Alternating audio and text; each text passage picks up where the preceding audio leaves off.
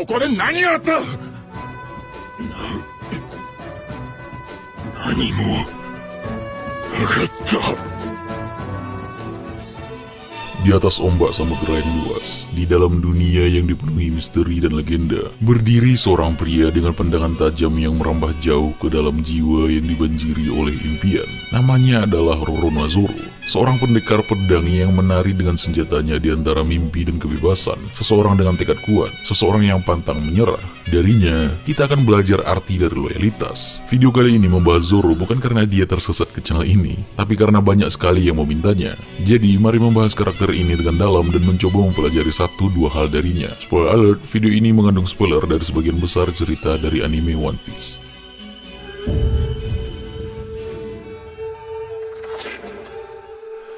Roronoa Zoro yang juga dikenal sebagai pemburu bajak laut adalah kombatan utama bajak laut topi jerami, salah satu dari 2 pendekar pedang mereka, salah satu perwira senior armada besar topi jerami, dan diakui secara publik sebagai tangan kanan kapten krunya Monkey D. Luffy. Dan dalam cerita live actionnya baru-baru ini, dia secara resmi diakui sebagai wakil kapten. Zoro sebagai anggota kru topi jerami menggambarkan keberanian dan kekuatan. Dia memiliki asal-usul nama yang sangat menarik. Nama keluarganya, Roronoa, sebenarnya terinspirasi dari bajak laut sungguhan pada masa lalu. Bajak laut tersebut adalah François Lolone, yang terkenal sebagai salah satu bajak laut paling kejam di Karibia pada zamannya. Lolone sendiri dalam bahasa Jepang dibaca Roronoa. Zoro lahir di East Blue, putra dari Tera dan Roronoa Arashi, cucu dari Shimotsuki Furiko dan Roronoa Pinzoro, dan cucu dari Shimotsuki Ushimaru, yang menjadikannya keturunan dari keluarga Shimotsuki dari negara Wano dan samurai legendaris, Shimotsuki Ryuma. Ketika Zoro masih seorang anak-anak, dia adalah murid yang berbakat di perguruan kendo ayah Kuina,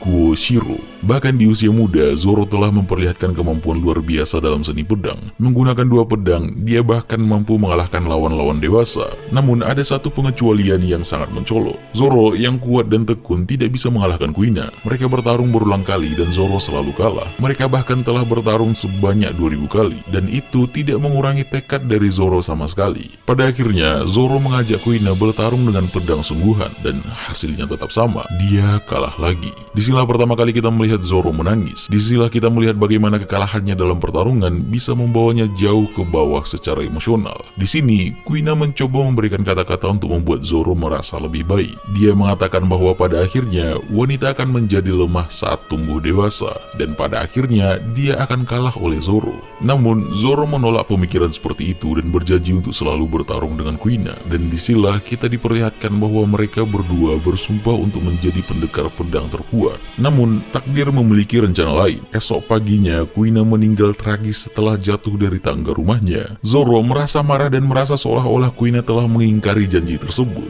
Dia menangis dan meminta pedang milik Kuina, Wado Ichimonji, yang merupakan salah satu dari 21 pedang terkuat di dunia, yang kemudian hari selalu ia pakai di mulutnya. Dengan pedang itu, Zoro berjanji untuk terus meneruskan cita-cita Kuina yang tak tercapai. Ini adalah awal dari perjalanan panjangnya menuju impiannya menjadi pendekar pedang terkuat dan sekaligus menghormati ingatan Kuina dengan setia. Momen ini adalah salah satu yang membentuk karakter Zoro dalam cerita One Piece, dan cikal bakal dari tekad dan komitmen kuat yang dia bawa bersamanya sepanjang petualangannya bersama Luffy dan anggota kru topi jerami lainnya. Sebagai master jurus 3 pedang, gaya ilmu pedang yang ia ciptakan selama pelatihan masa kecilnya di desa Shimotsuki, Zoro adalah salah satu dari 3 petarung paling kuat di topi jerami bersama Luffy dan Sanji yang disebut sebagai trio monster. Selain sebagai salah satu bagian dari kru topi jerami dan sebagai mantan pemburu hadiah, harga buronannya yang cukup besar saat tiba di Kepulauan Sabaudi menyebabkan Zoro bersama Luffy termasuk di antara 11 supernova, yaitu 11 bajak laut pemula dengan nilai tebusan lebih dari 100 juta beri yang telah mencapai redline, di mana miliknya sendiri bernilai 120 juta beri. Dia dan 10 supernova lainnya kemudian disebut sebagai generasi terburu. Tanpa diragukan lagi, Zoro adalah seorang pejuang, seseorang yang bekerja keras dan pantang menyerah. Ia tidak pernah menyerah melakukan duel sebanyak 2001 kali walaupun tidak pernah menang sekalipun. Entah sikapnya ini mencerminkan keuletan dan ketabahan atau hanya sekedar keras kepala atau mungkin malah gabungan dari keduanya. Zoro mempunyai mimpi dan ambisi yang besar untuk menjadi pendekar pedang terbaik di dunia dan akan menebas siapapun yang berani menghalangi tujuannya. Seperti yang Zoro ucapkan sendiri kepada Luffy di awal pertemuan mereka. 俺が野望を断念するような羽目になったら、その時は腹を切って俺に詫びろ。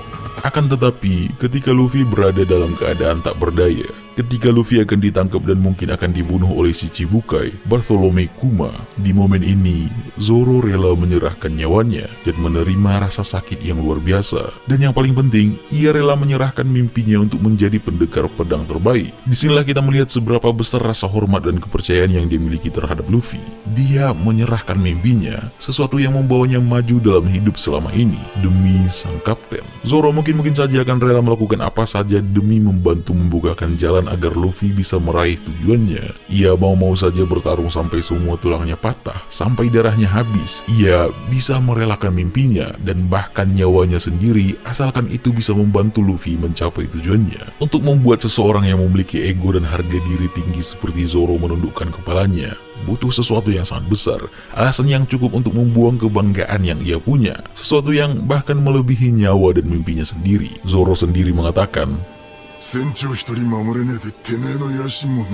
disinilah kita mulai melihat karakter Zoro dengan lebih dalam. Loyalitas yang dimiliki lebih tinggi dari segalanya. Di matanya, loyalitas lebih tinggi daripada mimpinya sendiri. Dan kalau diperdalam lagi, mimpinya untuk menjadi pendekar pedang terbaik di dunia bukanlah semata-mata karena ingin itu. Dia memiliki mimpi itu bukan untuk dirinya sendiri, tapi itu adalah bentuk loyalitas terhadap Kuina, seseorang yang dia hormati. Dia terus-menerus mencoba untuk mencapai itu demi Kuina, bukan demi dirinya sendiri. Jadi sangat masuk akal dia menempatkan kaptennya di atas dirinya sendiri, di atas mimpinya sendiri, karena baginya loyalitas adalah segalanya. Satu scene yang menggambarkan ini semua tepat ketika semua kru topi jerami kembali sadar saat Sanji menemukan Zoro tengah berdiri tegak dan bersimbah darah. Ketika Sanji bertanya kepada Zoro atas apa yang telah terjadi, Zoro berkata bahwa tidak ada apapun yang terjadi. Di momen ini, entah kenapa Zoro terlihat sangat keren. Sikap seperti inilah yang biasanya akan mengundang dan mendatangkan kekaguman dan rasa hormat. Zoro melakukan semua itu semata-mata hanya untuk melindungi Luffy dan mimpinya. Ia mungkin mengetahui bahwa rasa kehilangan atau rasa sakit dari ketika kita tidak bisa menggapai mimpi kita sendiri sangatlah menyakitkan, sehingga ia tidak ingin dan tidak akan membiarkan Luffy merasakan rasa sakit seperti itu. Sifatnya ini, seperti yang telah dijelaskan sebelumnya, menegaskan bahwa Zoro benar-benar tulus dalam membantu Luffy. Ia tidak memberitahu siapapun atas apa yang menimpanya. Ia tidak mengharapkan pujian apalagi belas kasihan. Ia benar-benar tulus. Sanji sendiri mengatakan bahwa Zoro tidak melakukan pengorbanan tersebut untuk mendapatkan pujian. Sekali lagi, sifat seperti inilah yang mendatangkan rasa hormat. Dan hal seperti ini, momen di mana Zoro menundukkan kepalanya, membuang harga dirinya, tidaklah terjadi sekali.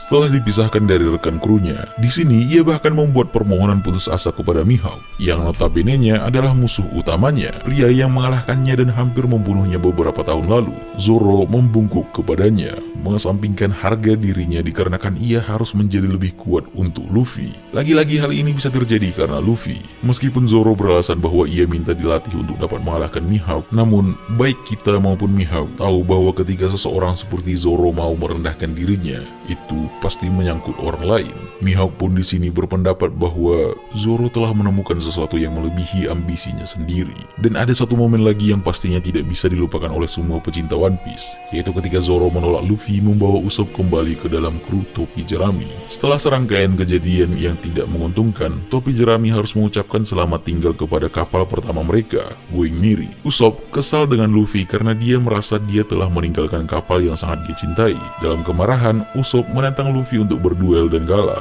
Usopp kemudian berkata bahwa ia keluar dari kelompok yang telah memberikan warna di hidupnya itu. Ketika seluruh kru ingin menjemput Usopp dan memberinya kesempatan untuk kembali tanpa permintaan maaf, Zoro berdiri sebagai suara otoritas yang tegas. Dengan ketegasan yang khas, dia memutuskan untuk mengambil sikap yang kuat dan berbicara dengan nada yang menggema. Zoro yang selalu dikenal sebagai pemegang prinsip dan disiplin yang ketat, memandang kapten mereka, Luffy, sebagai pemimpin yang harus dihormati. Dalam momen tersebut, dengan lugas dan tegas, dia menginstruksikan Luffy untuk tetap berdiri tegak. Alasannya jelas, sebuah kru harus memiliki otoritas dan hierarki yang jelas, bahkan dalam hal-hal yang sulit. Kemudian, dengan sikap yang tegas, Zoro menghadap kepada rekan-rekan yang ingin memberi kesempatan kedua kepada Usopp. Dengan kata-kata tajam dan menggema, dia menyampaikan pesannya bahwa Luffy adalah kapten mereka, dan sebagai kapten, dia harus dihormati. Tidak ada tempat bagi sikap tidak hormat di dalam kru, dan Zoro tidak ingin menjadi bagian dari kru di mana kaptennya membiarkan sikap tidak hormat terang-terangan dari anggota krunya.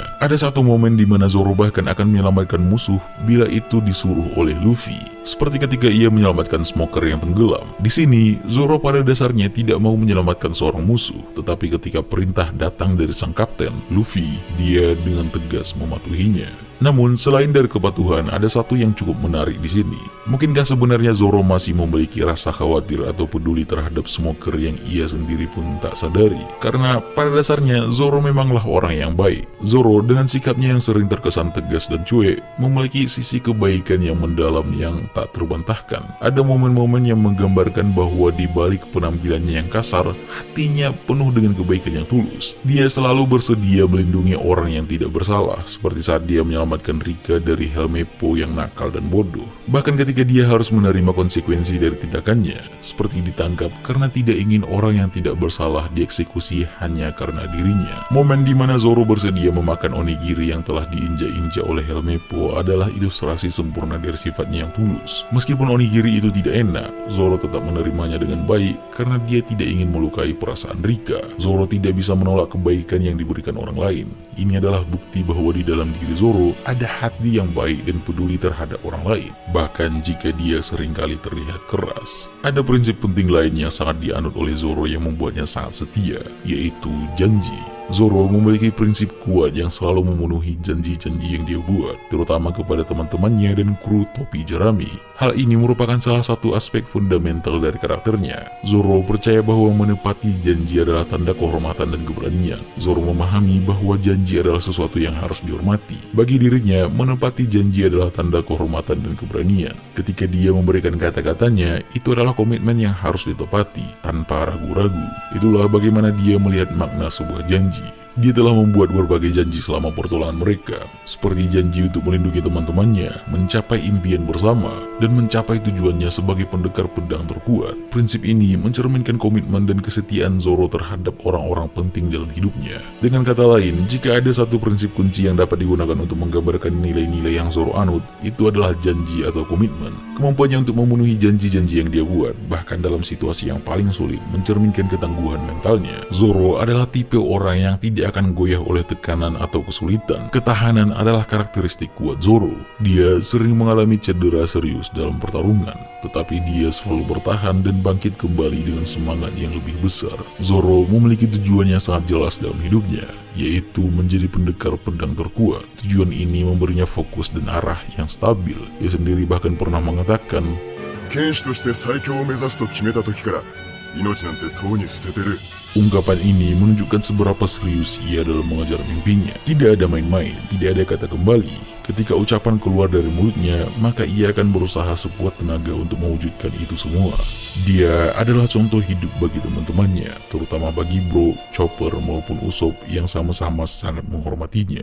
Ada satu hal yang perlu kita ketahui lebih dari Zoro. Zoro merupakan seseorang yang memiliki kehormatan tinggi, di mana bahkan saat pertama kali melawan Dracul Mihawk, ketika ia mengalami kekalahan telak, Zoro tidak membiarkan punggungnya terluka. Menurutnya, luka di punggung merupakan hal yang memalukan untuk seorang pendekar pedang. Di kejadian ini, bahkan Mihawk sendiri pun mengakui betapa luar biasanya sikap yang ditunjukkan oleh Zoro. Di episode ke-65, di awal pertemuan mereka, di saat Zoro melawan Vivi, waktu itu Vivi memanggil Zoro dengan sebutan Mr. Bushido. Meskipun Zoro telah memiliki beberapa julukan, namun Mr. Bushido ini mengandung arti dan makna simbolis yang cukup untuk menggambarkan karakter seorang Roronoa Zoro.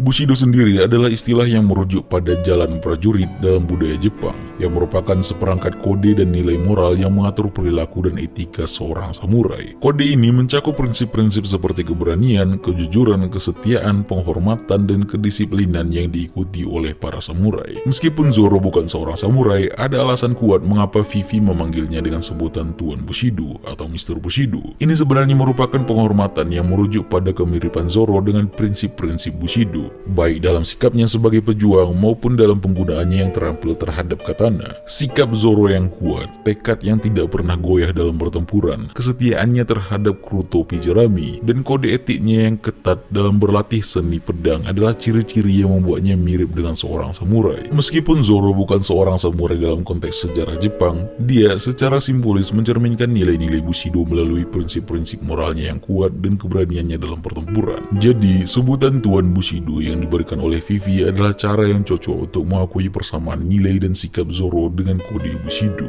Bahkan, jika tidak secara harfiah sebagai seorang samurai. Lalu pertanyaannya, apakah Zoro begitu setia terhadap Luffy dan kru topi jerami semata-mata hanya karena ia menjalankan prinsip Bushido ini? Loyalitas Zoro tidak hanya karena dia cerminan seorang samurai atau seseorang yang mengikuti prinsipnya, tetapi karena nilai-nilai yang dibagikan oleh kru topi jerami dan hubungan yang mereka bangun selama perjalanan mereka bersama.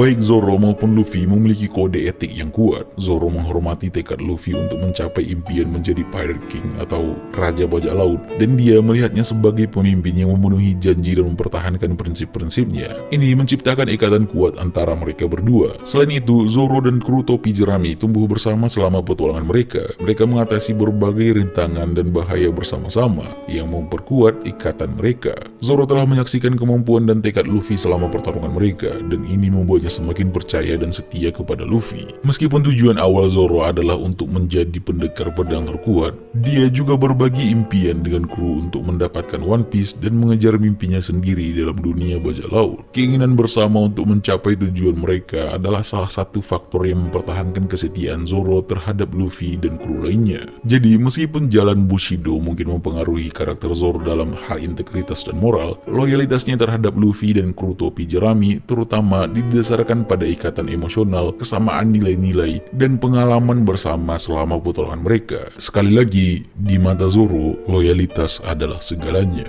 Dan juga satu hal yang terkadang dikaitkan dengan Zoro, yaitu stoikisme. Zoro adalah sosok yang menggambarkan prinsip-prinsip filosofi stoik melalui perjalanan hidupnya. Zoro adalah pribadi yang jarang terpengaruh oleh emosi negatif, seperti kemarahan atau ketakutan, terutama dalam pertarungan sengit. Dia mampu menjaga ketenangannya di bawah tekanan yang mencerminkan kendali diri, salah satu aspek penting dalam filsafat stoik. Zoro juga melatar belakangi setiap tindakannya untuk dirinya sendiri, itu hanya karena dia ingin. Dia tidak pernah mengharapkan pujian maupun validasi dari pihak luar. Ketika ia ditertawakan karena gaya tiga pedangnya yang dianggap aneh oleh orang lain, ia tidak memusingkan hal itu. Ketika ia selalu kalah melawan Kuina, ia tidak menghiraukan ucapan orang lain yang merendahkannya. Ketika ia mengorbankan dirinya untuk Luffy dan teman-temannya, ia tidak mengatakan apapun, ia tidak mengharapkan apapun. Ia melakukan itu semua hanya karena ingin. Zoro tidak peduli reaksi orang lain akan bagaimana. Dia tidak peduli apakah ia akan dicap jahat oleh orang lain atau bahkan pemerintah dunia. Zoro paham bahwa seseorang hanya dapat mengendalikan reaksi dan tindakan mereka sendiri terhadap lingkungan eksternal yang tidak akan pernah bisa dikendalikan. Zoro adalah sosok yang mengilhami banyak orang dengan keberaniannya, keteguhan, dan prinsip-prinsipnya yang kuat. Dalam perjalanannya untuk mencapai impian menjadi pendekar pedang terkuat, dia tidak hanya menjadi pahlawan bagi kru topi jerami, tetapi juga simbol dari bagaimana tekad dan komitmen bisa mengubah nasib seseorang dalam dunia yang tidak terduga ini. Zoro berbeda dengan Luffy yang keturunan dari seorang pahlawan angkatan laut dan sang revolusioner. Berbeda juga dengan Sanji yang merupakan seorang pangeran kerajaan, bahkan dengan Usopp yang memiliki ayah yang luar biasa. Roronoa Zoro hanya orang biasa. Meskipun ia memiliki darah Shimotsuki Ryuma yang merupakan seorang samurai terhebat, namun itu sudah terpaut cukup jauh. Setidaknya tidak sedekat ketiga rekannya, Luffy, Sanji, dan Usopp. Jadi tidak heran apabila ia berjuang lebih keras dari yang lainnya. Ia merupakan satu-satunya orang di dalam kru topi jerami yang diperlihatkan masih sering berlatih ketika berada di atas kapal.